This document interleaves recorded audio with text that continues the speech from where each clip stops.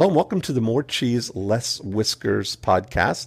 My name is Dean Jackson, and today we're talking with Craig Melby. Now, Craig is a real estate specialist. He helps people in Stuart, Florida, lease retail space and save lots of money. Retail, office, any commercial space. He's got a very specialized knowledge that is very useful for people. The challenge is that most people don't know about him or that he can help them. And so we talked a lot about how to go upstream and find people that once they find out about him, would love to be able to avail themselves of his services. And so we talked about taking a model that we've already developed in the residential real estate side and applying it to the commercial side. So really great conversation. We also talked about the difference between scaling and syndicating. And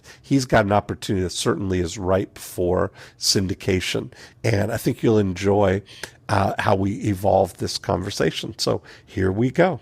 Craig Melby. Hey, is this Dean? This is Dean Jackson. How are you? What a huge pleasure it is to talk to you. I'm really looking forward to it. Wow, me too. So, well, good. Welcome aboard. Thank you. I got my evil scheme hatching pad right here, and I got my phone, my headset on. I'm seated in my evil scheme hatching seat here, so I'm ready. Good. I am too. What's the Craig Melby story? Well, the Craig Melby story, I don't know if we don't have time for all that, but as it relates to business, right? That's what you mean. Yeah, what am I doing? That's okay. What I mean. Okay. Well, I kind of fell into a very unique niche. I help companies find spaces, but even more importantly, I help them negotiate their leases. And I've discovered that no business owner negotiates their lease properly. They always leave a lot of risk in that paperwork, and they never save as much money as they should. And so I practically feel a moral obligation to help people that need it, whether it's a tiny little nail salon or a budding high-tech company that's going to be expanding like crazy. Nobody knows what they're doing. And my challenge is getting the word out there. A certain amount of people will, when they start doing the leasing and, site selection process, they call on the signs and they talk to the landlord, who's a very nice, pleasant person. And then they end up getting this lease proposal, and at that stage they go, whoa, I don't even know what half of these words mean. I don't even know what they're talking about. Maybe I need help. So then they'll maybe Google up, lease advice, lease negotiation help, a letter of intent review or something like that. Or they'll muddle through that, and then when they finally get the lease, it's like, holy mackerel, this is 50 pages. Most of it I don't even understand. And they can call an attorney, which they should, who can do the legal review. But attorneys don't even like to do the business points of a lease. And so if they're smart, they will Google up the right terms or find me, and then I can help them there too. And I've never failed to save clients tons of money and eliminate tons of risk. And it's a sad thing when I don't, which is about when people don't use me, which is about 99.9% of the time. They don't find me. Right. Wow. So how, when you talk about things like that, what's some of the numbers around the things that people are doing? Like what kind of typical leases are you best able to help someone with? Well, it does. The size of the lease and the location of the property doesn't really matter. It's all common issues. But so my typical deal might be, 2,000 or 3,000 square feet of either office or retail. Doesn't really matter to me. We're talking about the same issues. I'd like to do the bigger deals. They're even more exciting. But people need my help, bigger or smaller. Now, what's good for me personally is sometimes the people will decide, well, geez, I didn't even want this deal. This is terrible, and I can do better, and we can't, make it work with the landlord. I'm not going to go here. It's like, all right, well, that's your choice. Wasn't my intention to kill the deal, but that's your choice. Right. And then by that time I have a rapport and they want me to help them find the next space. And so that's fine too. Then I make a leasing fee. I share in the fee the landlord is paying his agent, and that can be much higher than the upfront cash that I was requiring to do my work. And, of course, the bigger the deal, the better. A 2,000-foot deal is just as difficult and time-consuming as a 20,000-foot deal, only it's way, way bigger payday. So for that selfish reason, bigger deals would be better for Craig Melby. So what kind of commissions do leasing agents make from? Well, it depends. It's the bigger leasing agents that are in the bigger markets. I was talking to a guy at lunch one day who had just made a commission of $6 million on one single deal. Yeah, people don't realize that. It was a law firm in Dallas, needed 4 floors of a high-rise, like a 10, 15-year lease, and that all adds up. We make a commission, a percentage of the lease amount, and it can be massive. And the people in my industry that work in the big cities, I'm thinking, hundreds of thousands of dollars on a given deal is not that unusual. And I know people that, once a year, once every couple of years, it would be over $1 million payday. For league. Now, I'm not in that league. I'm dealing with the smaller guys. I'm living in, little cities here in Florida and North Carolina. And, my niche is helping small businesses do their lease negotiation. Now, what I'd like to do with you today, I can tell from the client reaction that they love what I'm doing, and I'm doing a lot of good each and every time, but the vast majority of people don't find me. So I'm experimenting with pay-per-click and my business model and this and that, and eventually if I get the magic, words and messaging and methods and everything, I could do much more business, and I could hire and train people like myself to do this. Yes. And so our volume could go way high once I figure out how to touch these people and make them aware that I exist. Right. If that can be done, I don't know. I didn't realize you're in Florida. Where are you? I'm in Florida, too. Yeah, I'm in Stuart. Oh, you are? Okay, perfect. Nice. Yeah. I used to hang out in Vero Beach quite a bit. Sure. Yeah. Yeah. Beautiful place. And Stuart is actually where there's a Club Med near there. Yeah, in Port St. Lucie. Yeah. Port St. Lucie. Yeah, that's what it is. Awesome. Okay, so the thing that I'm interested in hearing about, you're a licensed realtor too? Is that what? Yeah, and it's oddly enough, I don't have to have a license to give business advice. And so but to do the leases, you do, yeah. Right. So what I do, when I lease negotiation, I charge a couple $1,000s, and I'll, start calling the landlord and say, hey, you don't owe me a commission, tenant's paying me, and here's what we're going to do here, and then I kind of take over the process. And other than that, for much less money, you send me your lease or you send me your lease proposal, and just you and I'll talk about it, and then you go back to the landlord. So, and either is fine with me. I don't care.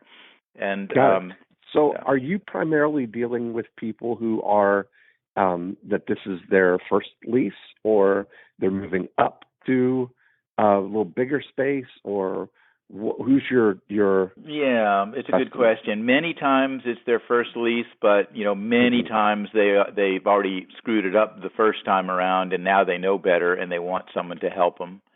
So it could be their first lease, or it could be later on and they just realize they don't understand what they're doing. I've actually had a couple people call me where they literally don't know what the landlord's talking about. The landlord will say, well, okay, you've seen this space, just send us a proposal. And the tenant's like, well, I don't know what you mean. What's in a proposal? Right. What's a proposal?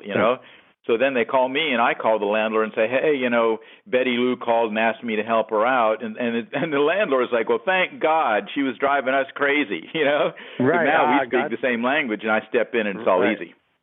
I got you. Perfect. Yeah. So where do landlords, kind of try and put one over on tenants kind of thing? What would be a couple of the most costly kind of mistakes that people make, just so I get a context for this? It's a great question, and I'll give you the two top ones, but I'd like to just mention the landlords aren't bad people. They're just doing what's best for them. And if you agree to it, then no harm, no foul. You agreed to it, no problem. So they're great people, but you need to watch out for yourself. And if you don't do it, then bad things might happen. So the two biggest things is that the landlord will almost always say you got to personally guarantee the lease. And what we found is you don't. All the time we don't personally guarantee the lease, or if we do, we have a guarantee expire after a certain amount of time. And that can be life-changing, because you could be running your business and everything's fine, and then the economy crashes, or Walmart comes to town, or Amazon starts selling what you're selling much cheaper or something, a lot of industry disruption going on. So you need to be prepared that your business could falter. And if you've personally guaranteed the lease along with your wife, you're in deep doo-doo. You owe the money whether you shut down or not. Now, if you have eliminated the guarantee, now you've got a lot of leverage with the landlord. You can say, hey, things aren't going well. We need to fold up shop or renegotiate this lease or do something different. No fault of mine, but here's what's happening. So everything is different if you haven't personally guaranteed that lease. Perfect. Okay. And that would be the one. And the other one, if you're asking for two of them, is the typical lease will say, you hereby have inspected the space and they're taking it as is and blah, blah, blah, and then they keep on going. Well, wait a minute. Those few words that you just skimmed over, those aren't exactly true. You typically haven't inspected the unit very carefully, and taking it as is insane. And so we typically want to add a few words that say, we'll take it as is, subject to building code violations or hidden defects, things like that. And normally the landlord will agree to that. It's like, well, okay, that's fair enough. And many times it turns out, oh, wait a minute, no one knew that the zoning or the building codes had changed in between the previous tenant and now the new tenant. And you need to do some things here or other violations. And if you've got the right clause in your lease or the right words, you just call the landlord and say, hey, no fault of yours. I know you didn't know it, but this and this and this is wrong with the property. Please fix them as fast as you can, rather than you have to do it. And it can be thousands of dollars. Mm-hmm. And what about build-outs and build-out's another good one. That's what almost primarily got me involved in this business, is when I used to work for a landlord, and the nice couple would come in and they want to rent some space in the shopping center, and they like the space, and okay, fine, how much is the rent? Okay, fine, where do I sign? Whatever, we'll take it. They didn't even ask about build-out. And I know and of course, my honesty prevents me from treating my landlord, my boss, throwing his money away. So unless you ask me, can I have new carpet? Can I have new paint? Can you kick in some dollars on some interior improvements I want to do? I'm not going to offer it to you. And I'm the nicest guy in the world, and I'm not offering it to you because you didn't ask, So that's when I realized, holy mackerel, all these business owners out here, they are clueless. And it would be awful fun to represent them and get them much better deals than what they're doing. And that kind of got me into the business. Yeah. Amazing. So the big thing is that if you can help these, I'm wondering, is it different? Do a lot of people try and negotiate their own leases? Like, do people just approach, they go out and drive around and say, hey, there's a spot, there's the sign on the, or the poster in the window. Let's just call the number. That's the landlord. I believe that is my single biggest challenge, because it's human nature that you'll go out and you'll drive around and you'll see shopping centers with for lease signs or office buildings with for lease signs. So you call on the sign, and the person you speak to is a wonderful person. They're like I used to be. They're honest, they're nice, they're attractive. They're smart. You'd like them as your new best friend. They're great people. but Yeah. they're not representing you. And so what most Right. people do, though, it's like, well, no, that Mary, she's so nice, we can trust her. Let's, this is their standard lease that everybody signs, and so Yeah. this must be the way it is, and so let's just go ahead and sign it and move on. It's the least the path of least resistance. They have no idea all that they just left on the table. And don't forget, too, that Mary is not allowed to show you other space. All she's allowed to show you is her space. And there may be other space in town or right around the corner that's better for you, but you're not going to see that. So there's a whole industry called tenant representation, where you call a tenant rep. They don't care what space you take. They represent you to find you the best space. And so, but do most people don't know about that? Is that like most people would not call? They not like buying a house where they would call a realtor and the realtor would show them, all the houses that are buyer's broker for residential. They don't think that way in the tenant world, like in commercial. Correct. World. Yeah, most of the time that they call on a sign or a poster or whatever. Right. That's most of the time that's what they do. Yeah, that's right. I gotcha. Because how hard can it be? It's easy. You call them the sign, you look at the space, the nice person shows you the space. Here's the lease. So you don't need no stinking help, but except you did, and even I can tell you that some of my clients have been titans of industry, just major geniuses. They still don't know anything about leasing. They don't even know the difference between a gross lease and a net lease and a full service lease and all these things. They don't know, and they're not supposed to know. They hire experts to do that. Yeah. Triple net. That sounds dangerous. A triple See, net. As smart as you are, you might not know what that means either. So that's a good example. I don't even know what that means. Yeah. No, it's just funny because it's like I own my office building, and but when we were looking at space, I would see things like that would be, some of them were listed as a triple net lease. And I don't even know what that means. So right. Yeah, you're right. But I was doing the same thing, just kind of driving around, seeing that there's a sign in the window of this space that I was looking at. Or there's not really. I mean, I found LoopNet. I guess was the thing. Is that really? It is. Yeah. Is that where people would look? I mean, how do people even find out about LoopNet? Well, that LoopNet, I don't know how they find out. I guess you probably Google up office space San Francisco, and then LoopNet and other brokers, they're all hey, here we are, we'll find you the office space, or we have the office space. All the landlords want to be in there, so here's our office space, come check us out, call us, so it's easy to find, office space in whatever city, and that's how you would do that. I gotcha. Okay. So your ideal scenario would be if people would use you to help find the space and negotiate. That would be the most ideal. If they're using you to find the space, then that would your negotiation stuff would come in along with it, right? So they're not going to. Yeah, that's true. Although the competition for the tenant rep portion, it's more of a local business where, if you're looking for space in Denver, it'd really be better if you had someone there on the ground in Denver. And my own niche is if you're in that place where you need some help negotiating your lease, then you find me, because I do nationwide. Every place you can think of, I've had people call me with their lease or their proposal, this and that, and we go through it, and very successfully.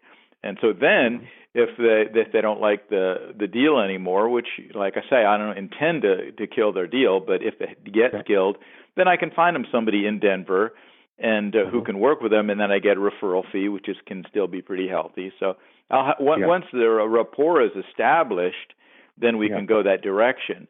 But my primary, funnel through the door was just helping people. And, when I'm thinking of, I look at all the businesses in the country or any city. You drive up and down a major street and look at all those stores and offices and all those leases that must have been signed and the renewals and this and that.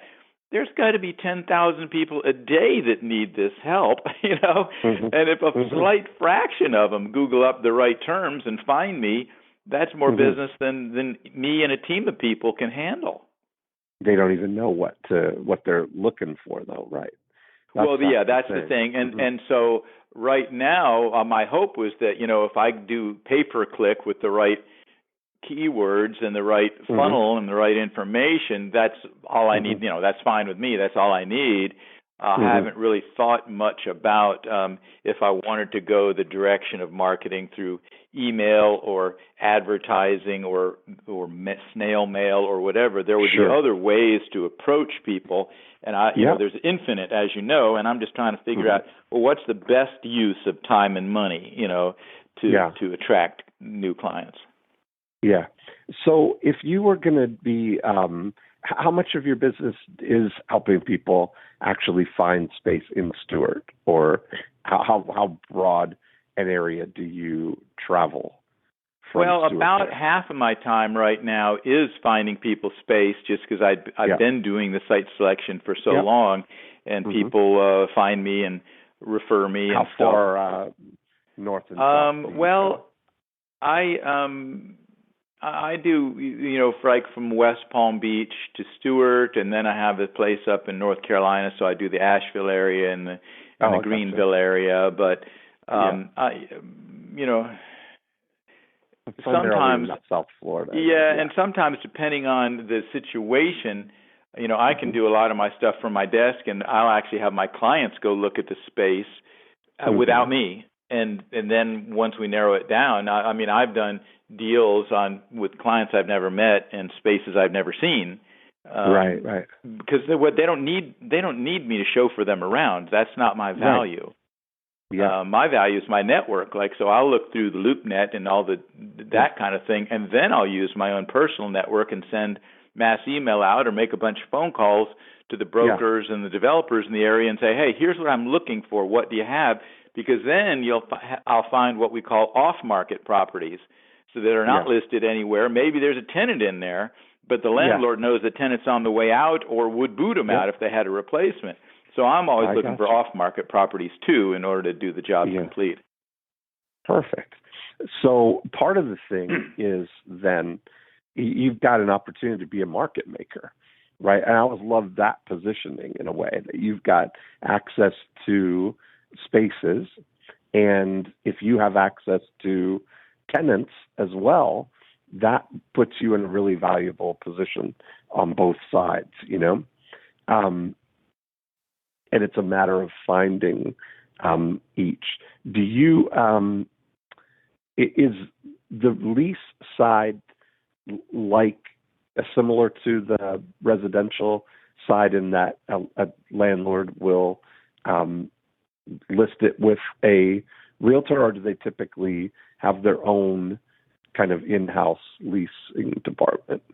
It could be both, but it's not unusual at all for a landlord to list their office space or shopping center space with a commercial broker. Yeah, that would be the most typical. Just have a landlord's broker, or actually commercial broker. They'll do both landlord and tenant work, and you need to list it with them.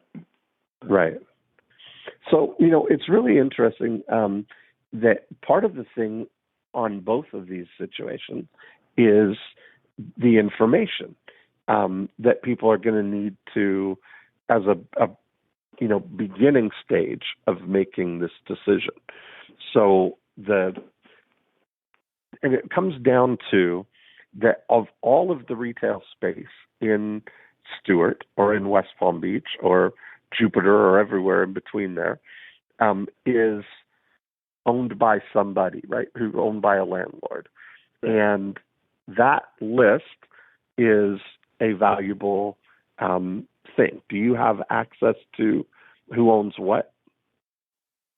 Well, we have our own databases. It used to be we did, but now the easiest thing is LoopNet and your own personal database of owners, because the spaces change all the time. What's available now won't be available later, and vice versa. That's my point. But that's my point. Yeah. That what's not going to change is the actual space, right? So right now, it's like when I look at it from on the real estate side, the residential side, what we look at is, let's say, in Winter Haven, where I am, the niche that we look at is, let's say, lakefront homes. Yeah. That is the most desirable thing in Winter Haven. We don't have any ocean, so you can't have oceanfront, but lakefront homes in Winter Haven are the most expensive, and there's 2,100 of them in Winter Haven.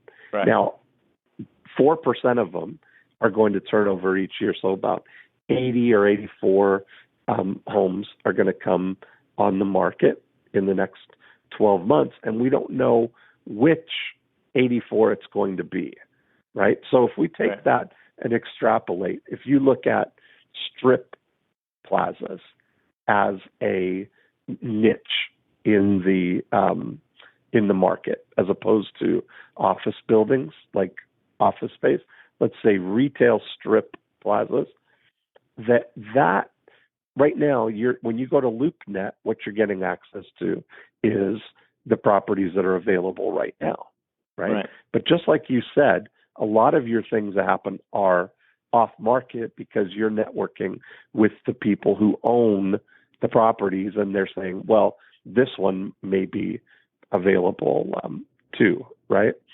So to know the owners, I'm just curious, just from the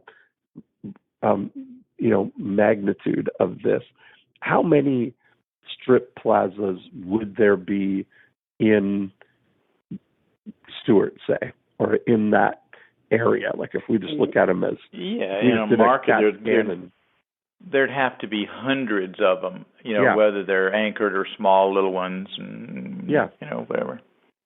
Yeah, and it doesn't matter because it's all the same, right? I mean, it's the a retail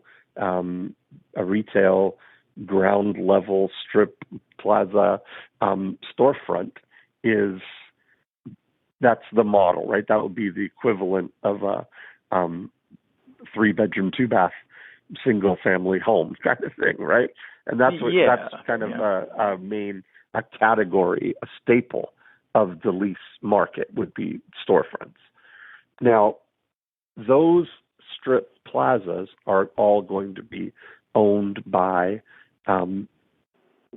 Some of the landlords may own multiple of them. Sure. And that would be a valuable list to have, is who owns what, the information of that, right? Being able to, if you, would you have anything like a Google map that would take that data and drop a pin on each of the strip plazas and have the owner of those, like to have that data available? I don't know. I haven't gone that direction. When an owner of the strip plaza lists it with a broker, the brokers get highly offended if you call the landlord directly. So it wouldn't be good business for me to call the landlord in that case, or the owner in that case. Anyway, no, I'm not talking about calling anybody.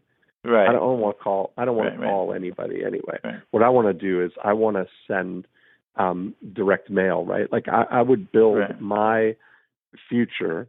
Like if I'm looking at this, I mean, you sound like a young enough guy that you've got a long window of opportunity with this, right? Like it's you're not looking to get out in the next year or two, right? You've got time to really nurture this.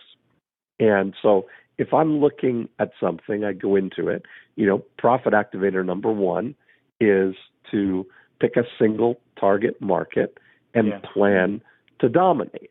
Right. Okay. So that, when I look at that and the thinking and the thought process that I'm going through here is, I'm not saying only and ever focus on strip plazas, but that's one viable niche, right? That's something that would be the staple of it all, a foundational thing. So looking at that, if I'm planning to dominate it, I'm not only focused on what's on the market right now and who's looking right now. I'm looking to build and establish this underground, invisible sort of inventory of what's coming in the next year, 2 years, 3 years from now, right? To know that the landlord that has one unit in or one space in a 20 space strip plaza that's what's available right now, but he's got 19 others that at some point over the next 12 months, 24 months, 36 months is going to come available, right? There's constant turnover of these things. And so I'm looking to establish a relationship with that landlord in a way that's going to create a long-term approach to this. Now, one of the things that might be valuable for them is to know what is the lay of the land in terms of the market data. If you're able to prepare, information on lease prices, or the lease report to see what's actually going on for landlords, like what other spaces are leasing for. They must do some sort of competitive analysis, right, to determine what the right lease rate is. Yeah, that's one of the and services all that a broker would do. Yeah, all that's pretty available. But the one of the things that, like, tenant reps and particularly me, we're always worried about conflict of interest, where if I'm representing a landlord and now I'm representing a tenant, am I really going to fight to get that tenant the best possible deal when I really want to be friends with the landlord or maybe get a listing or this or that? So I stay far, far away from representing any landlords. And so all that information, I don't know if that would be the best use of time and resources to know all that, because until my phone rings, I don't know if I need to know about office space in Winter Haven or retail space in St. Petersburg, Right. So, and it changes so fast that, you would need a research team, and some of the big companies have this or claim to have it, where they're keeping track of stuff, but it's big, huge companies that, have statisticians.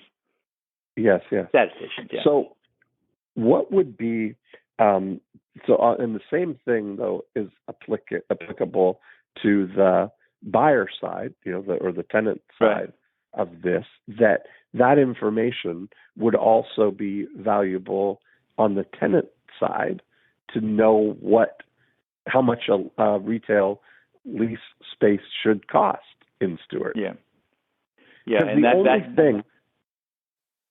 only thing that matters to somebody looking for a space in Stuart is how much is retail space in Stuart. They don't care about Denver or Fort Lauderdale or any of that stuff. When you start thinking about your business is not so much scalable as it is duplicatable, right? There's a difference because your market is not staying in one place and gathering a broader number of people. It's localized, because everybody's consuming it locally. So your system of getting in front of people, they're behaving the same way in Denver as the people in Stuart behave. So that's the advantage they have. But they're only focused on their own local market. Yeah. Right. Similar, just like the real estate industry, right? That buyers are not looking, they don't care about how much condos are in Denver if they're looking in Stuart. They're looking only for the Stuart condos, So if you're taking a tenant-centric approach to this, then it's still valuable because you told me that the thing you're able to do mostly is off-market deals, right? You said that to Well, me. on and off market. I'm always Okay. looked for off market so that I've done my job properly. But Right. the majority of deals are still on market. But I people got it. like the help. They don't have the resources or the premium, this and that, I get it. and plus they don't But how speak do the you language. harmonize? But how do you harmonize what you said to me about that you like to do the off-market deals, and because you know the landlords and you're often able to find something that isn't even on the market, with then you're saying, well, I avoid at all costs representing both sides.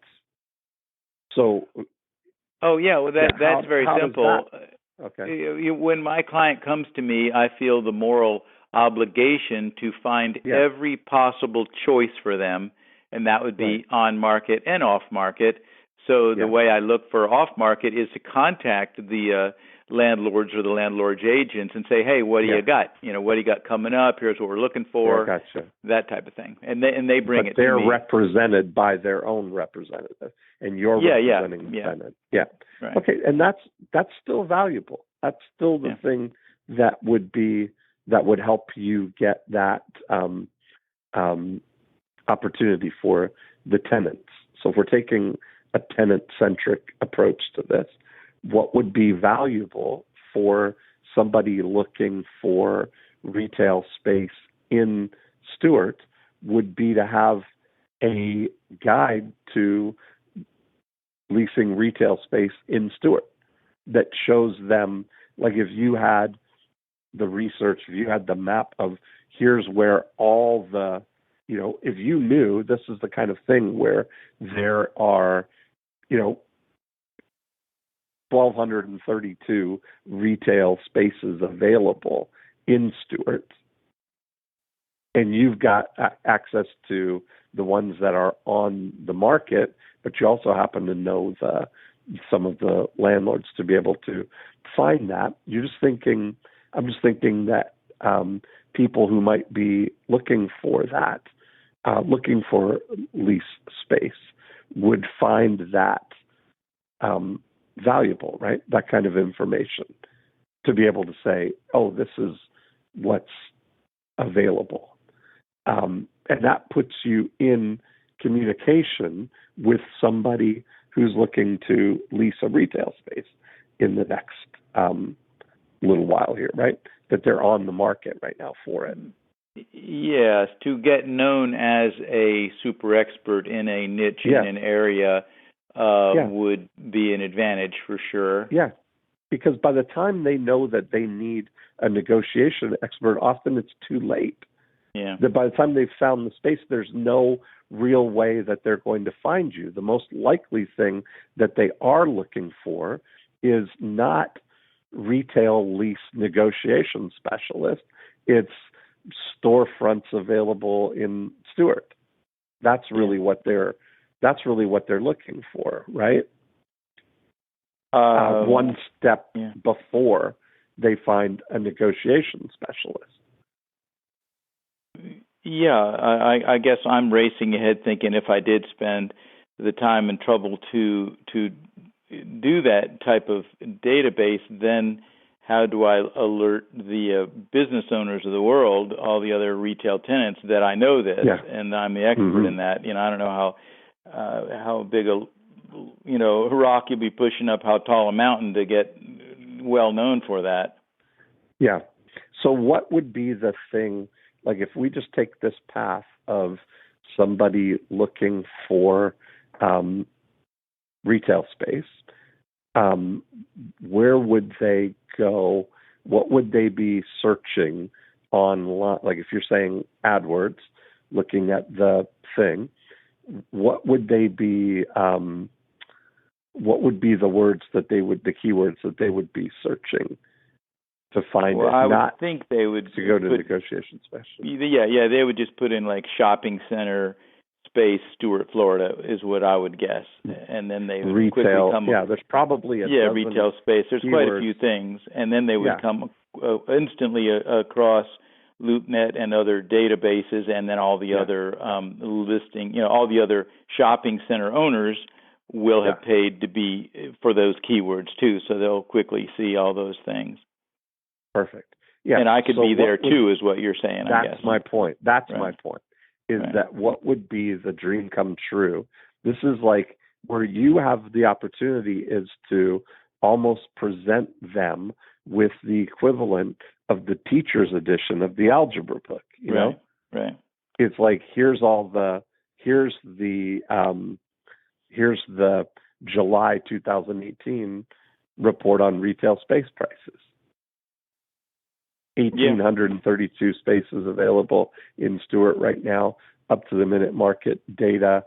Find out how much leases are costing. It's almost like giving people the blue book, the Kelly Blue Book equivalent for lease spaces, that anybody who's in research mode, that's going to be valuable information for them to know what's the lay of the land here.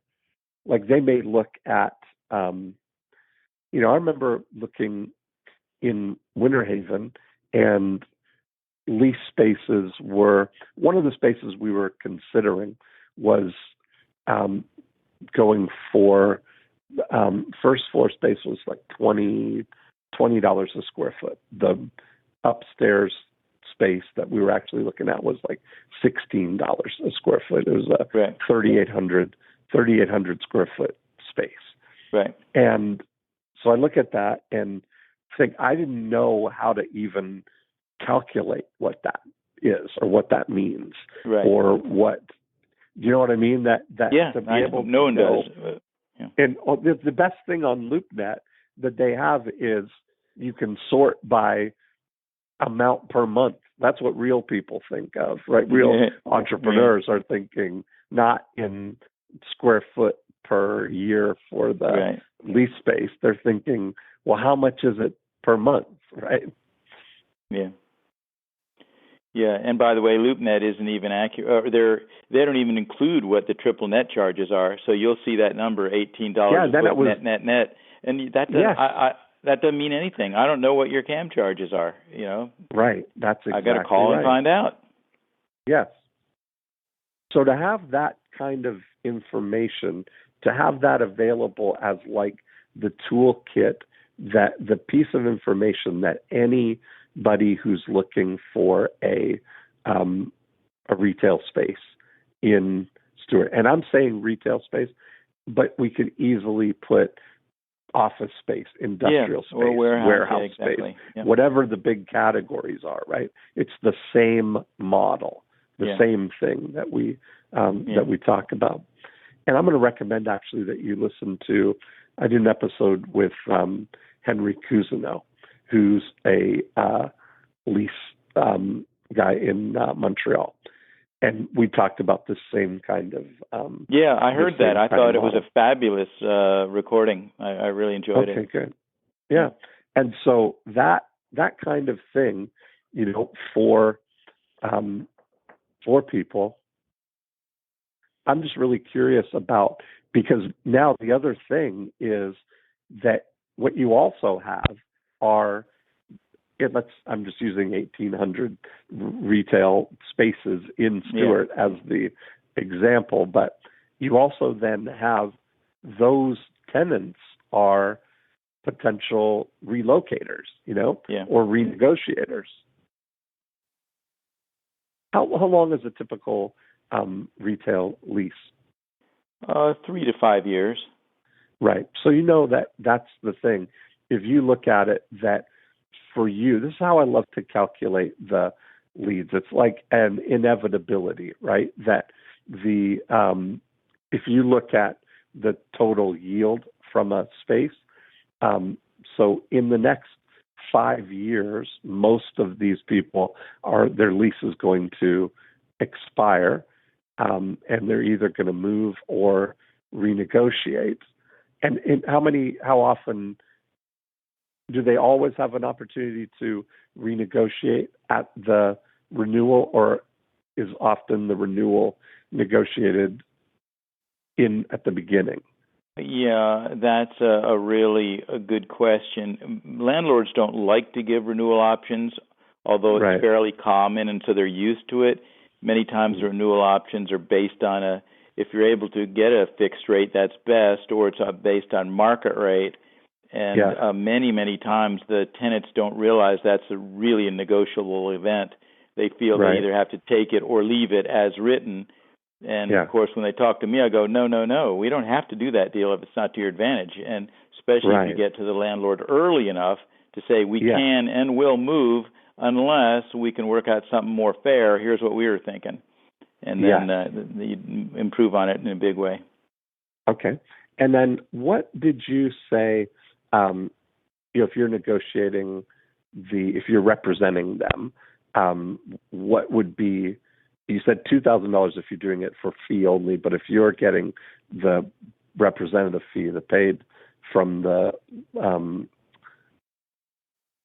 landlord. What would that be? Well, it's a sore spot because they think they already own the tenant and they don't want to pay anything, but there might be a half a commission built into the deal, and they might be willing to share that. So it's not too much, and sometimes you can get the tenant to pay, and it's well worth it. You're saving them much more than they're spending. But to answer your question, if you handle it gently enough in advance enough so the landlord knows that this evil tenant rep is going to pull his tenant out of his center unless we get what we want, then you can negotiate something more reasonable. What would be a typical dollar amount? Like not with a renegotiation, but if you represented that tenant in finding a new space. Well, if it just was super rough, if it was like a 2,000-foot tenant in an average center, average lease length, the commission might be $5,000. Okay, there you go. That's what I'm looking at. So when you look at this, that if you take it, where would we guess the number of spaces in Stuart to be? Would it be 1,000 retail spaces? Would there be that 2,000? You mean vacant at the time, or what are you talking about? Not vacant, existing, that there are. Oh yeah, there's easily 1,000 spaces in Stuart, sure. Okay, so if I look at that over the next, this is where I look at the total yield here, right? That if we take 1,000 retail spaces, typical spaces, that there are that are going to expire, leases are going to expire in the next 5 years, if they're typically 3 to 5 year leases. If we just took a snapshot of it, every day for the next 5 years, that 100% or almost, if they don't have a longer 10 or 20 year lease or whatever, that the majority of them are going to renew in the next 5 years. So there's a potential of $5 million in, in commissions are going to be paid to somebody over the next 5 years for those, right? That's the way I kind of look at that math there. And so the tenants, are a potential prospect for you as well, right? Even if their lease is not up yet. Yeah, I've often thought, and I didn't know if you and I would chat about it, but if there was a snail mail list I could buy of all the business owners, and I could think of the right, punchline, headline, graphic, whatever, and continue to send it out. If I could let all the business owners know in town that I do lease negotiations, including lease renewals, that would probably be money well spent. Right. That's what I've I'm never saying. tried that. Yeah. That's what I'm saying, is that's the self-contained thing, right? That you're looking at it. And how I got to that 5 million is 5,000 times 1,000 over the next 5 years, right? Is 5 million. And but renewals, of course, are much less than that. And then you have to slice out about 80% of those tenants. They're just going to do it themselves. They're just going to see they have a lease coming up for renewal and say, I hereby exercise my, option to renew. And nothing's, they're just going to stay. So it'd be a lot less than that, but still it'd be worth doing, letting the world know what you're up to. I'm saying that at the very least it would be worth, would you be able to, on a renewal situation, help somebody save enough money that it's worth it that they pay you $2,000? Probably, but whether they'll perceive that in advance and hire me is another story, and that would be another issue I have is pricing. Right. I have this cognitive dissonance where if it's a tiny little nail salon, they don't want to spend more than $150 for advice, but if it's something that's paying $20,000 a month in rent, if my price isn't high enough, well, they need better advice than that. They need to see a higher price that relates to quality. So it's a constant battle to figure out what should my price be. I don't know. Yeah. Yeah. And so, here's when I look at it, then the new thing, new tenants coming in, this is where it kind of gets interesting, right? Is that if you look at it historically, through your experience, how many of the people that you help or that do leases are brand new versus people who are moving from another location?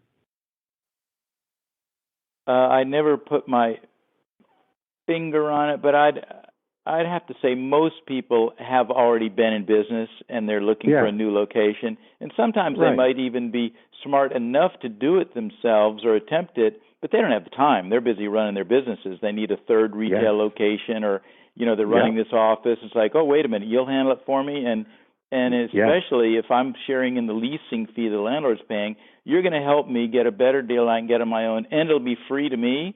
Okay, where do I sign?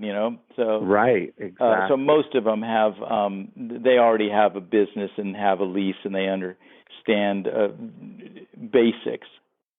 I got it. So that means then that is a valuable prospect for you, is somebody who is renting right now in those 1,000 retail spaces right now. That's right. So right. So that makes all the sense that there's that, there's the three kind of opportunities there, in terms of knowing who the landlords are, knowing who the current tenants are, and knowing what's available, so that people were thinking about coming out. Like I'm even thinking, you've got, these all have addresses, right? Like it wouldn't be that difficult to, the tenants of a retail space are not trying to hide behind an LLC or behind something. They're out there and they've got a business, they're out there trying to do something. That's what the retail space is there for. They're trying to be known. Right. Yeah. Right. So being able to, hit on the, if you're looking at the turnover rate, do you have a sense of, if we took a CAT scan of those 1,000 spaces, how many would turn over in the course of a year? In 1 year, I wouldn't think it'd be too many. There'll always be some, maybe maybe 5%, 3%. Yeah, so 50. Yeah. Mm-hmm. So there's 50 opportunities in the next 12 months out of 1,000, right? Yeah. Like very similar to the lakefront homes or to a real estate kind of thing, right? So people are either in the market and thinking about moving, or they are, or they're not, right? That's really how it comes down to it.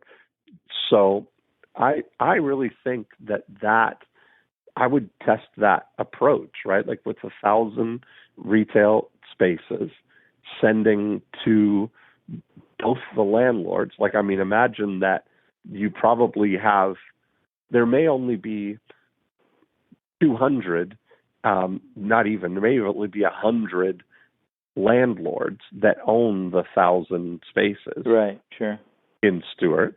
And I would have those as certainly a target audience, but I would also have the 1,000 businesses that are in there and start sending a direct mail piece offering the July 2018 report on Stuart retail lease prices.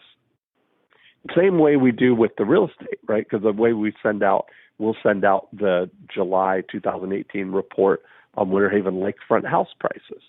Yeah. So somebody who's in a lakefront house that's thinking about selling, that's going to be a valuable piece of information for them.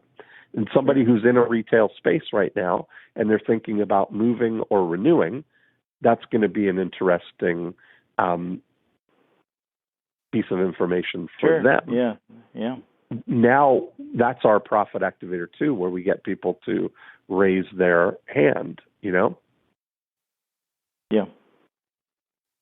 Yeah, I could see that. And even just people are always curious, what was the most expensive house? You could say, here's the highest rental rate in the county seems to be XYZ Center, where they're asking $45 a foot. It's like, holy mackerel. So that would be just an interesting little data point, like, wow, Right.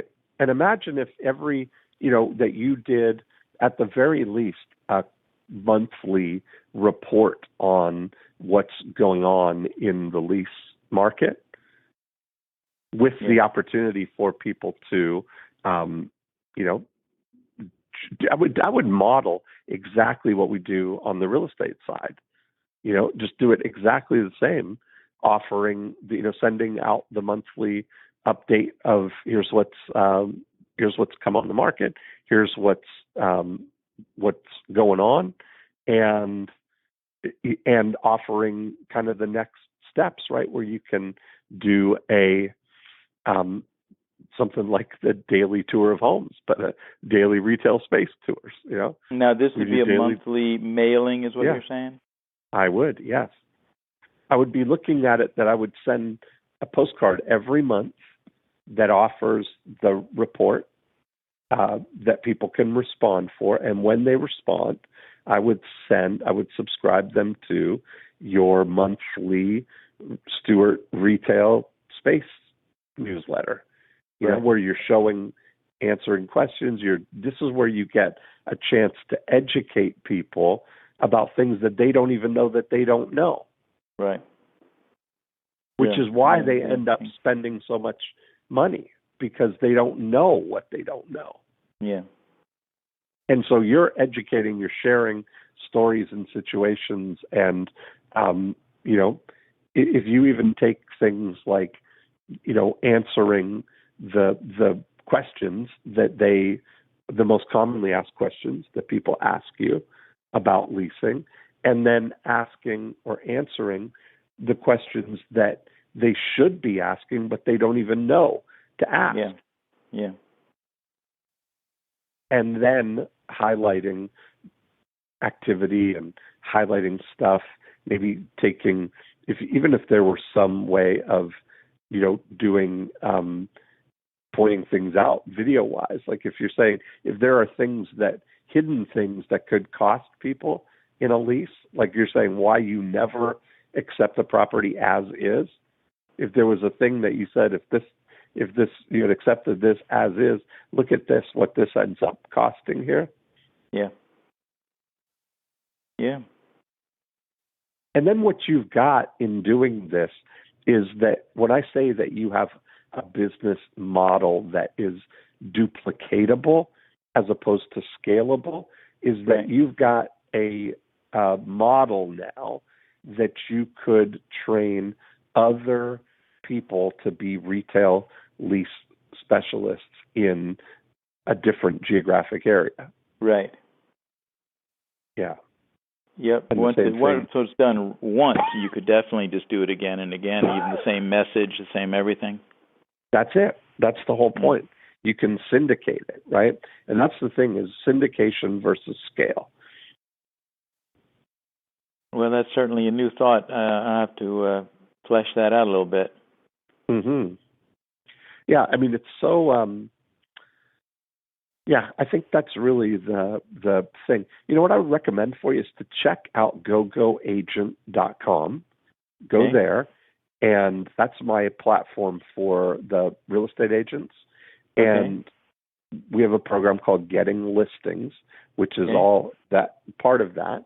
And I think it's just one-to-one exchangeable, that it's like doing that same thing. Instead of saying the report on lakefront homes, you're saying the report on Stuart retail leases, retail space lease. No difference.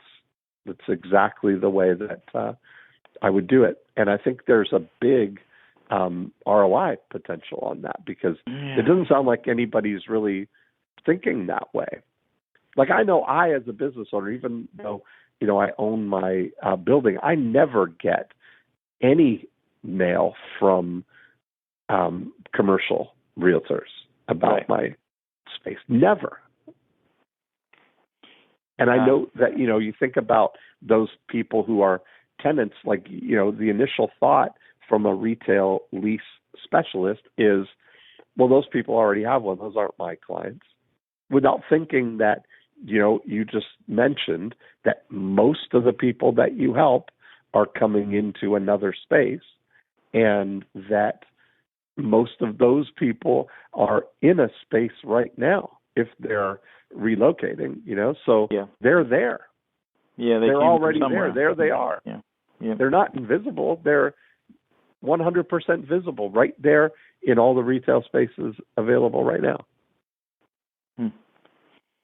Yeah, that would be, I'll have to look into all that. Do you have a recommendation for who can help do the postcards? Yeah, me.